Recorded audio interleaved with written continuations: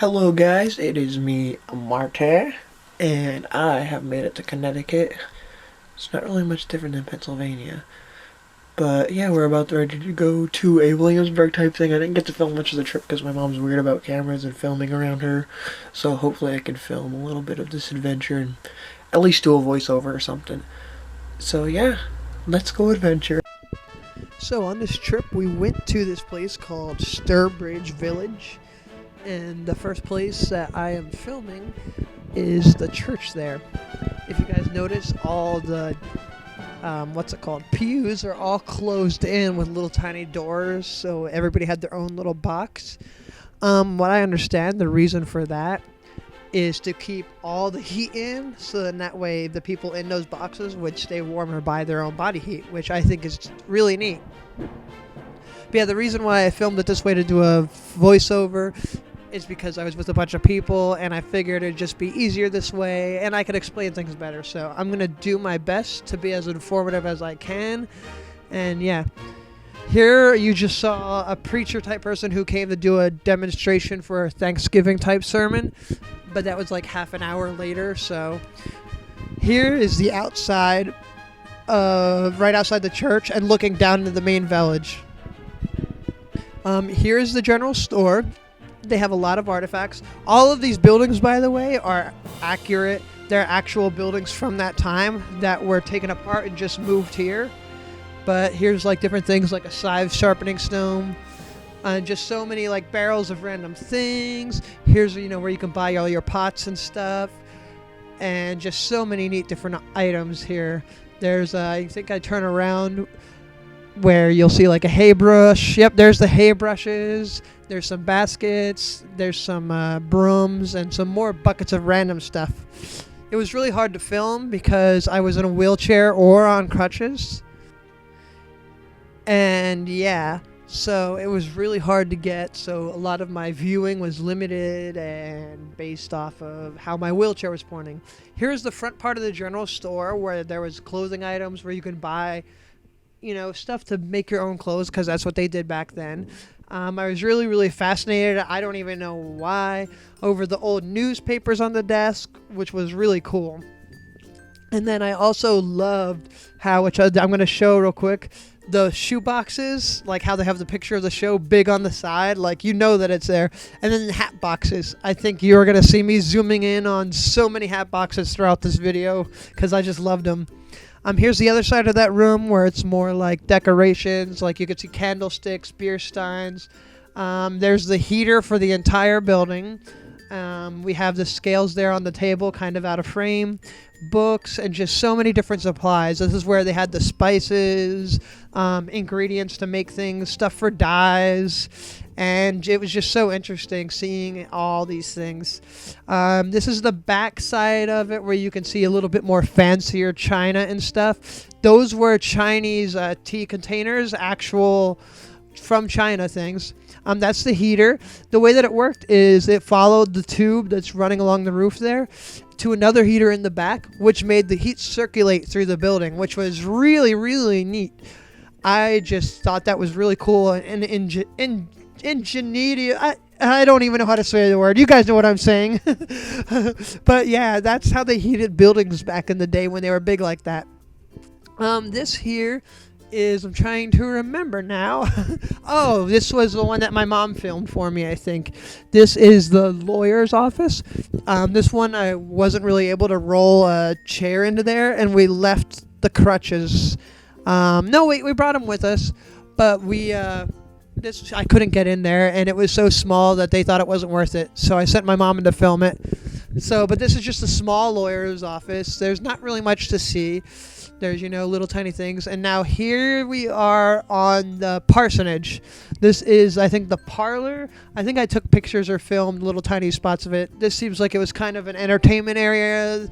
There's the china cabinet. There's a picture of, I would assume, the pastor. I'm not really sure. Let's see. Yep, here it is, the parsonage parlor. But yes, it was such a beautiful thing. And then up ahead is the kitchen. I really didn't get much of that because they were actually doing a demonstration, and there was about 25 people in here. Like you'll see, well, maybe not 25, but you'll see a small crowd, and I'm still not comfortable with filming other people without asking them, so I kind of just did my own thing. This is after the presentation. Down here are what are called reflective ovens. You use them to... It was really neat, the explanation. I wish I would have more time to explain them, but I really didn't film much. This here is the attic, the kids' bedroom, and there's something else I want to say. It's called the hutch or something. No, the garret. They use this for storage. Like, there's a bunch of storage here. They used it for drying herbs.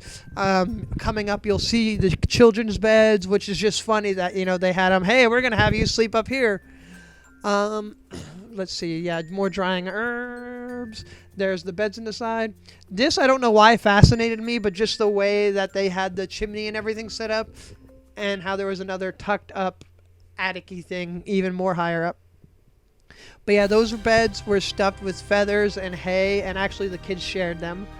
Coming up is, I think, the master bedroom. So here is where, I'm pretty sure, I can't remember, it's been a few days now.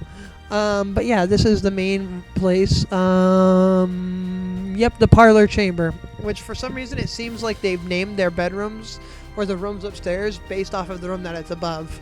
So like if your room's above the kitchen, it would be the kitchen bedroom.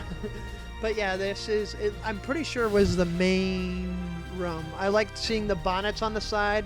They're so fancy and cool looking. And yeah, they had a little table and stuff and lots of hat boxes. But I love the detail done to the walls and the wallpaper and everything. And then the little fireplace in there, which I guess shared to the kids' room. And here I think I actually attempted hobbling through the house. So you're going to enjoy my slow walking and, a small little look. That's the top of the stairs there, obviously. And this is coming into what I'm pretty sure was the guest bedroom.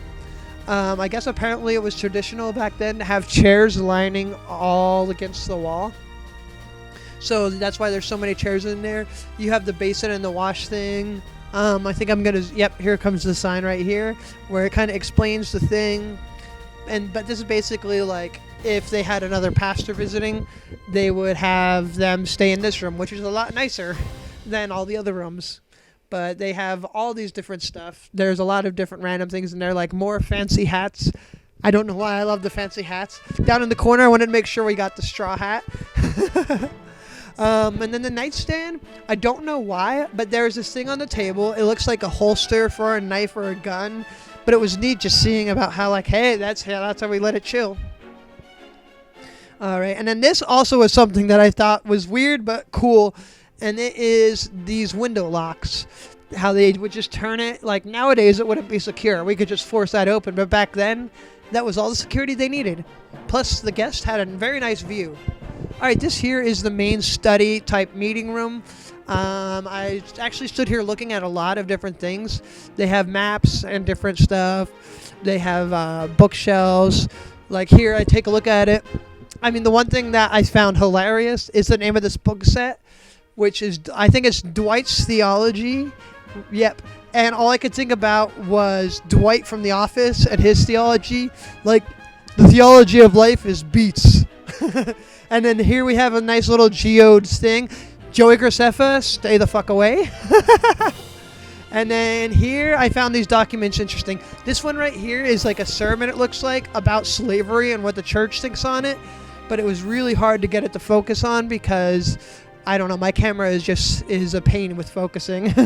So, and then there was just other random old newspapers, different books.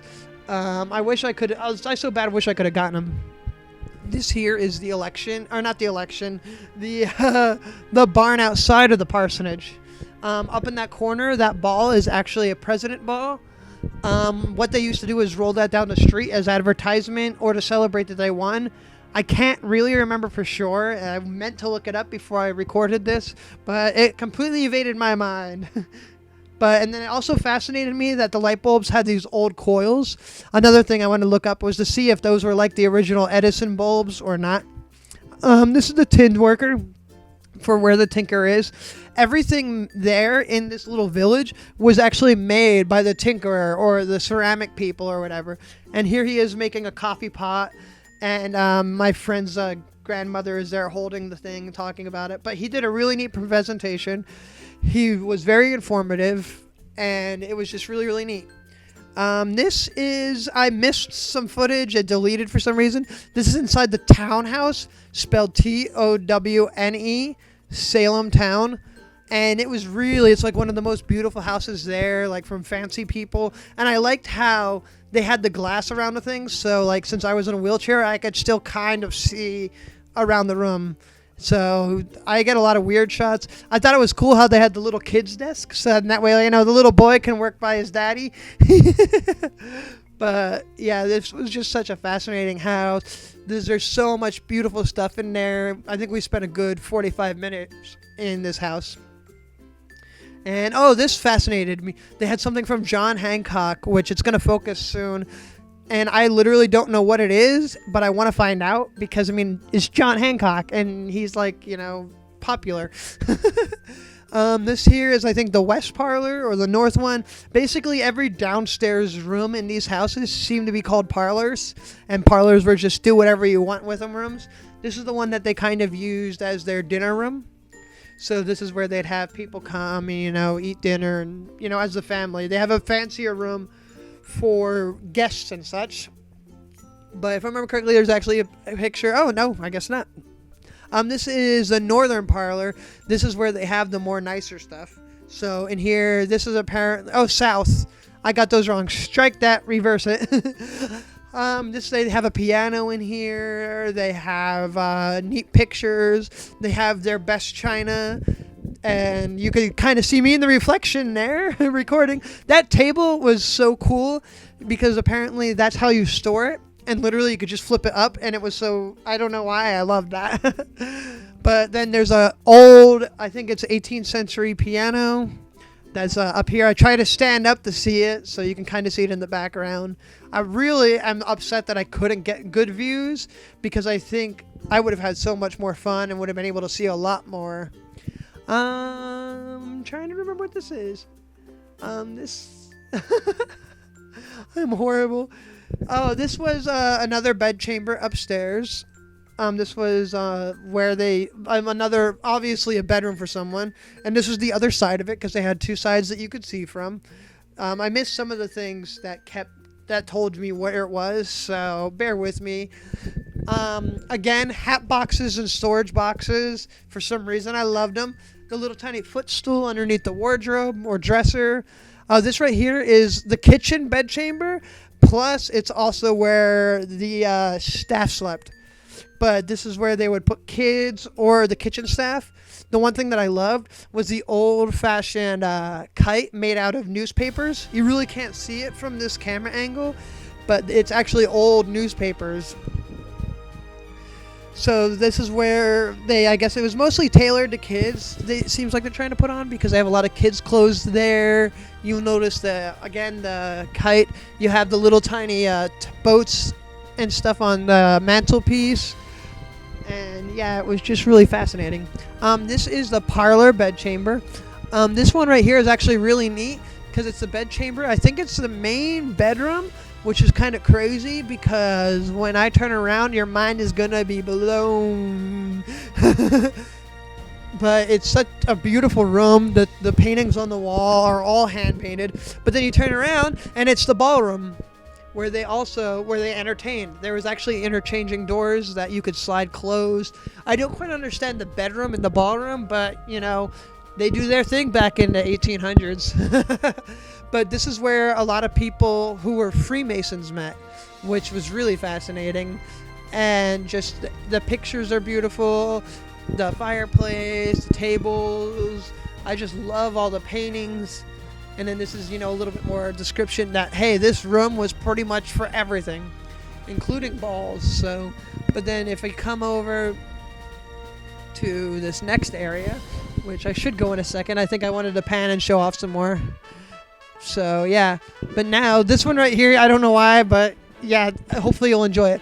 There's the paintings on the wall that go up. There's some paintings on the roof. And guess what? Do you know why that eye is there? Oh shit, I went too close. There's stars and stuff. But do you know why that eye is there?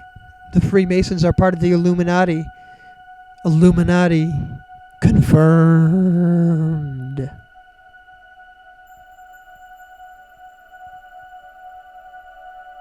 All right, enough with that joke.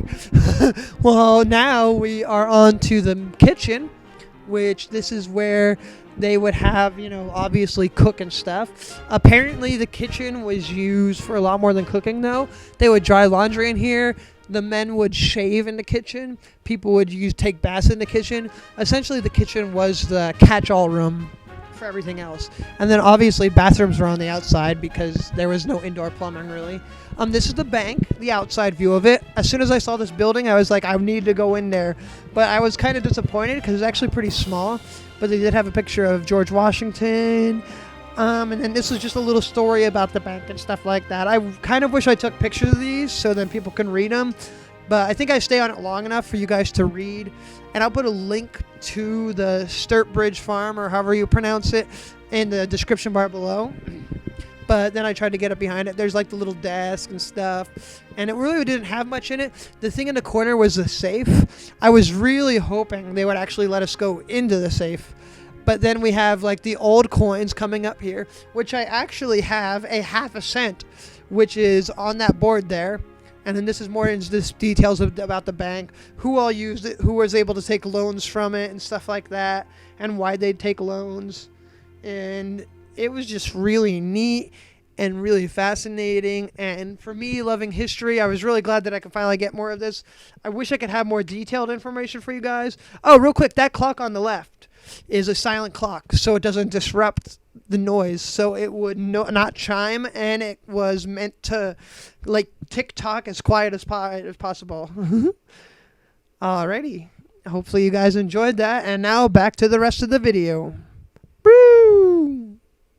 So I am at this place, which you guys have already seen a good chunk of. Well, maybe I'll put this part first.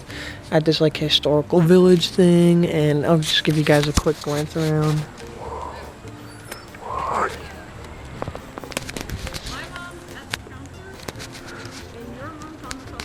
Oh, okay. And yeah, so I have a lot of footage to show you. Woo! So it's actually the next day after that adventure, and I'm editing it right now. And to prove that I'm not just saying it, look at editing.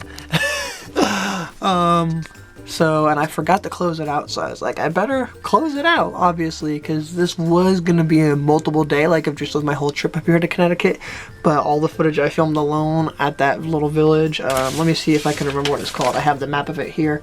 Sturbridge Village.